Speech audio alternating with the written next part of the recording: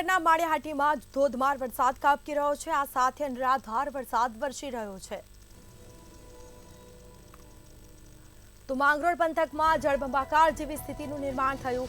ઓઝત નદીના પાળો તૂટતા પાણી ફરી વળ્યા છે। માંગરોળ ઘેડ પંથકના ગામોમાં બેટમાં ફેરવાયા હોય તેવા દ્રશ્યો સામે આવ્યા। અનેક ગામોમાં વીજળી ગુલ થઈ છે, પાણી ફરી વળ્યા છે।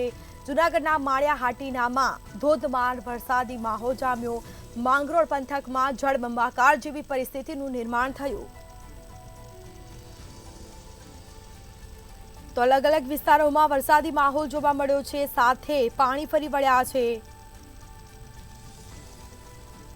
તો બીજી તરફ જૂનાગઢના માળિયાહાટીનામાં ધોધમાર વરસાદની શરૂઆત થઈ ચૂકી છે। માંગરોળ પંથકમાં જળબંબાકાર જેવી પરિસ્થિતિ સર્જાઈ। માંગરોળ ઘેડ પંથકના ગામોમાં સંપર્ક વિહોણા બન્યા। ગામોમાં પાણી ફરી વળ્યા છે। ઘેડ પંથક ગામો બેટમાં ફેરવાયા હોય તેવા દ્રશ્યો સામે આવ્યા। વીજળી ગુલ થઈ છે, ચારે તરફ પાણી જ પાણી જોવા મળી રહ્યું છે। તો જૂનાગઢના માળિયાહાટીનામાં ધોધમાર વરસાદ ખાબક્યો। જળબંબાકાર જેવી પરિસ્થિતિ સર્જાઈ છે। માંગરોળ પંથકમાં જળબંબાકાર જેવી પરિસ્થિતિનું નિર્માણ થયું।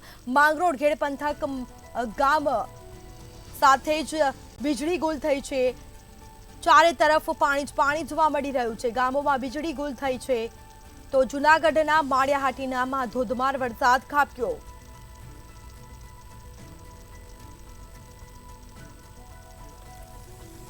તો બીજી તરફ ગામોમાં વીજળી ગુલ અને ચારે તરફ પાણી જ પાણી જોવા મળી રહ્યું છે। જુલાઈ મહિનાની શરૂઆતમાં જ વરસાદે પાણી જળબંબાકાર જેવી પરિસ્થિતિ જોવા મળી છે। તો આ સાથે માંગરોળ પંથકમાં જળબંબાકાર જેવી સ્થિતિ। ઓઝત નદીના પાળો તૂટતા પાણી ફરી વળ્યા છે। માંગરોળ ઘેડ પંથકના ગામો બેટમાં ફેરવાયા।